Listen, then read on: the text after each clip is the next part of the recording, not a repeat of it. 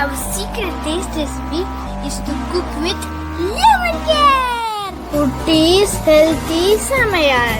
Hello friends, welcome to Kutties Healthy Samayal. Be positive, be healthy. நம்ம சேனலை subscribe பண்ணாதவங்க subscribe பண்ணிவிட்டு பக்கத்தில் இருக்க பெல் பட்டனை கிளிக் பண்ணிக்கோங்க. ஆல் ஆப்ஷனை கிளிக் பண்ணுங்கள். அப்போ தான் நாங்கள் போடுற எல்லா வீடியோஸோட நோட்டிஃபிகேஷன்ஸ் உங்களுக்கு வரும். இது வரைக்கும் சப்ஸ்கிரைப் பண்ண எல்லாருக்கும் தேங்க்யூ ஸோ மச். நாம் இன்றைக்கி ரொம்பவும் டேஸ்டியான சர்க்கரை பொங்கல் குக்கர்லேயே எப்படி சூப்பராக செய்கிறதா இன்றைக்கி பார்க்க போகிறோம். நாவில் கரையக்கூடிய டேஸ்டியான சர்க்கரை பொங்கல் எப்படி செய்கிறதா இன்றைக்கி நாம் பார்க்க போகிறோம். முக்கியமாக இது பிகினர்ஸ்க்கு ரொம்பவும் யூஸ்ஃபுல்லாக இருக்கும். ஸோ வீடியோ ஸ்கிப் பண்ணாமல் பாருங்கள். அப்போ தான் உங்களுக்கு அந்த மெஷர்மெண்ட்லாம் கரெக்டாக இருக்கும். இதே போல் டேஸ்டியாக செய்ய முடியும். வாங்க இது எப்படி செய்யுதுன்னு பார்க்கலாம். இதுக்காக 1 கப் அளவுக்கு பச்சரிசி எடுத்திருக்கேன். இதுக்கு தேவையான 1/4 கப் அளவுக்கு பாசிப்பருப்பு ஆட் பண்ணிக்கலாம். பாசிப்பருப்பு சில பேர் வறுத்து கூட ஆட் பண்ணுவாங்க. அதுபோல் நீங்கள் ஆட் பண்ணுறதை லைட்டாக நீங்கள் வறுத்து அரிசியோடு ஆட் பண்ணி வாஷ் பண்ணி தேவையான அளவுக்கு தண்ணி வச்சுக்கலாம். நான் இன்றைக்கி 1 டம்ளர் அரிசிக்கு 5 டம்ளர் தண்ணி வைக்கிறேன். இது உங்களுக்கு பொங்கி வரும்ன்ட்டு உங்களுக்கு டவுட் இருந்தால் இது உள்ளே நீங்கள் ஒரு சின்ன கரண்டி போட்டு விட்டிங்கன்னா தண்ணி வெளியே வராமல் அதுலேயே நல்லா வெந்து வரும். கிண்ணம் போடாதீங்க, ஏன்னா பவுல் போட்டால் தண்ணியெல்லாம் அந்த பவுலில் போய் சேர்ந்துக்கும். அப்போ அரிசி அந்தளவுக்கு குழைய உங்களுக்கு வெந்து வராது. ஸோ இதையும் நீங்கள் ஒரு டிப்பாக ஃபாலோ பண்ணிக்கலாம். அரிசியும் பருப்பும் ஒரு 15 மினிட்ஸ் அளவுக்கு ஊற விடுங்க. அது நல்லா சாஃப்டாக வெந்து வரும். அடுத்து அதுக்கு தேவையான வெல்லம் 2 கப் அளவுக்கு ஆட் பண்ணிக்கலாம். 1 கப் அரிசிக்கு 2 கப் வெல்லம் ஸ்வீட்னஸ் ரொம்ப நல்லாயிருக்கும். ஸோ இப்போ நம்ம இது கூட 1 கப் அளவுக்கு தண்ணி ஆட் பண்ணி நல்லா கொதிக்க வச்சு வடிகட்டிக்கலாம். கொதித்த உடனே நீங்கள் தண்ணியாகவே ஸ்ட்ரெயின் பண்ணி எடுக்காமல் கொஞ்சம் திக்கான சிரப்பாக வந்த பிறகு நம்ம வடிகட்டி எடுத்து வச்சோம்னா பொங்கல் நமக்கு ஸ்வீட்னஸ் ரொம்ப நல்லாயிருக்கும். பாருங்கள், இப்போ நல்லா நமக்கு கொதித்து வந்திருக்கு. கொஞ்சம் திக்காகவும் இருக்குது சிரப்பு.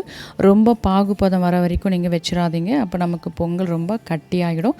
ஸோ கொஞ்சம் சிரப் திக்கானால் நம்ம ஆஃப் பண்ணி வடிகட்டி எடுத்து வச்சுக்கலாம். கண்டிப்பாக வெல்லத்தை வடிகட்டி வச்சுக்கோங்க. அடுத்ததாக இதுக்காக ஒரு 3 டேபிள் ஸ்பூன் அளவுக்கு நெய் ஆட் பண்ணி அது கூடவே கொஞ்சமாக முந்திரியும் திராட்சையும் ஆட் பண்ணி நம்ம நல்லா வறுத்துக்கலாம். இந்த முந்திரி திராட்சை நிறைய போட்டால் நமக்கு டேஸ்ட் நல்லாயிருக்கும். இல்லைனா உங்களுக்கு எப்படி தேவையோ அந்த அளவுக்கு நீங்கள் ஆட் பண்ணிக்கலாம். பாருங்கள், கிரேப்ஸ் நல்லா நமக்கு எழும்பி வந்திருக்கு. இப்போ நம்ம ஸ்டவ் ஆஃப் பண்ணி வச்சுக்கலாம். இப்போ நம்மளோட பொங்கல் பார்க்கலாம். நான் 5 விசில் விட்டு ஆஃப் பண்ணி வச்சுருக்கேன். பாருங்கள், கரெக்டான ஸ்டேஜில் வெந்து வந்திருக்கு. இதை நம்ம ஒரு கரண்டி வச்சு நல்லா மேஷ் பண்ணி விட்டுக்கலாம். ஏன்னா சூட்டோடு நம்ம பண்ணும்போது தான் அது நல்லா நமக்கு மேஷ் ஆகி வந்துடும். வெல்லம் சிரப் ஆட் பண்ண பிறகு நீங்கள் அதை செய்ய முடியாது. ரொம்பவும் கூழ் போல் நம்ம மேஷ் பண்ணக்கூடாது, அப்போ டேஸ்ட் நமக்கு நல்லா இருக்காது. லைட்டாக அந்த சாதம் தெரிகிற போல் நம்ம மேஷ் பண்ணி விட்டோம்னா டேஸ்ட் ரொம்ப சூப்பராக இருக்கும். இப்போ இது கூட வடிகட்டி வச்சுருக்கிற ஜாகரி சிரப் ஆட் பண்ணி நல்லா மிக்ஸ் பண்ணி விட்டுக்கலாம். அப்புறமா நீங்கள் ஸ்டவ்வில் வச்சுக்கலாம். முக்கியமாக இந்த டிப் பிகினர்ஸ்க்கு ரொம்ப யூஸ்ஃபுல்லாக இருக்கும். ஏன்னா ஸ்டவ்வில் ஃப்ளேமில் வச்சு நீங்கள் இது போல் ஆட் பண்ணும்போது சில டைம் அடி பிடிச்சிரும். அதுக்காக தான். இப்போ இது நல்லா மிக்ஸ் பண்ணி விட்டாச்சு. இப்போ இது கூட நாம் ஒரு 1/2 ஸ்பூன் அளவுக்கு ஏலக்காய் பவுடர் ஆட் பண்ணிக்கலாம். ஏலக்காய் நான் சுகரோடு சேர்த்து அரைச்சி வச்சுருக்கேன். ஸோ 1 ஸ்பூன் நான் ஆட் பண்ணுறேன். இப்போ இது கூடவே ஒரு 1/4 ஸ்பூன் அளவுக்கு உப்பு ஆட் பண்ணிக்கலாம். அப்போ தான் நமக்கு அந்த ஸ்வீட்னஸை என்ஹான்ஸ் பண்ணி கொடுக்கும். எந்த ஸ்வீட் செஞ்சாலும் கொஞ்சமாக நீங்கள் இது போல் உப்பு ஆட் பண்ணும்போது ஸ்வீட்னஸ் ரொம்ப சூப்பராக இருக்கும். இப்போ இதெல்லாம் நல்லா நம்ம மிக்ஸ் பண்ணி விட்டுக்கலாம். இது கூடவே 1 டேபிள் ஸ்பூன் அளவுக்கு நெய் ஆட் பண்ணிக்கிறேன். டோட்டலாக உங்களுக்கு நெய் பார்த்தீங்கன்னா ஒரு 100 ml கிட்ட தேவைப்படும். அந்தளவுக்கு நீங்கள் ஆட் பண்ணிங்கன்னா டேஸ்ட் ரொம்ப சூப்பராக இருக்கும். அதே போல் உங்களுக்கு ஆறி வந்தால் கூட பொங்கல் ரொம்ப கட்டியாகாது, சாப்பிட்றதுக்கு டேஸ்டியாக இருக்கும். இப்போ இதெல்லாம் மிக்ஸ் பண்ணியாச்சு. இப்போ நம்ம ஸ்டவ்வில் லோ ஃப்ளேமில் வச்சுருக்கோம். அடுத்ததாக வறுத்து வச்சுருக்க முந்திரியும் திராட்சையும் ஆட் பண்ணி நல்லா மிக்ஸ் பண்ணி விட்டுக்கலாம். நான் கொஞ்சமாக எடுத்து வச்சுருக்கேன் கடைசியாக கார்னிஷ் பண்ணுறதுக்காக. அவ்வளோதான். இப்போ இதை நல்லா மிக்ஸ் பண்ணி நம்ம சர்வ் பண்ணிக்கலாம். ஸ்வீட் பொங்கல் இந்த அளவுக்கு பதம் இருந்தால் தான் நமக்கு சர்வ் பண்ணும்போதும் டேஸ்ட் ரொம்ப நல்லாயிருக்கும். பாருங்கள், நல்லா தளர இருக்குது. ஸோ இது போல் நீங்கள் கரெக்டான மெஷர்மெண்ட் செஞ்சிங்கன்னா இந்த அளவுக்கு பொங்கல் உங்களுக்கு கரெக்டான பதத்தில் கிடைக்கும். இப்போ நாம் இதை சர்வ் பண்ணிக்கலாம். நம்மளோட டேஸ்டியான சூப்பரான சர்க்கரை பொங்கல் குக்கர்லேயே இன்றைக்கி சூப்பராக ரெடி பண்ணிட்டோம். பார்க்கும்போதே சாப்பிட போல் இருக்குது. அந்த அளவுக்கு டேஸ்டியாக இருக்கும். அதோட ஃப்ளேவரும் ரொம்ப நல்லாயிருக்கும்.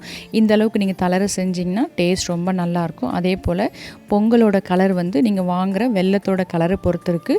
நீங்கள் வெல்லம் வாங்கும்போது இல்லை டீப் கலரை நீங்கள் வாங்கிட்டிங்கன்னா இந்த அளவுக்கு உங்களுக்கு பொங்கல் கலர் கிடைக்கும். ஸோ அந்த கலர் வந்து நீங்கள் வாங்குகிற வெல்லத்தை பொறுத்து தான். இதோட அளவுகள்லாம் கரெக்டாக இதே போல் ஃபாலோ பண்ணி செஞ்சு பாருங்கள். இதோட டேஸ்ட் ரொம்ப சூப்பராக இருக்கும். ஸோ நீங்களும் செஞ்சு பார்த்துட்டு உங்கள் டேஸ்ட் உங்கள் எக்ஸ்பீரியன்ஸ் எங்களுக்கு கமெண்ட் பண்ணுங்கள். மறக்காமல் லைக் பண்ணுங்கள். ஃப்ரெண்ட்ஸ் அண்ட் ஃபேமிலிக்கு ஷேர் பண்ணுங்கள். இது போல் ரெசிபிஸ் உங்களை ரீச் பண்ண நம்ம சேனலை சப்ஸ்கிரைப் பண்ணிக்கோங்க. தொடர்ந்து சப்போர்ட் பண்ணுங்கள். தேங்க்யூ. Yummy tasty. நீங்களும் ட்ரை பண்ணுங்கள், என்ஜாய் பண்ணுங்கள், ஹெல்த்தியாக இருங்க.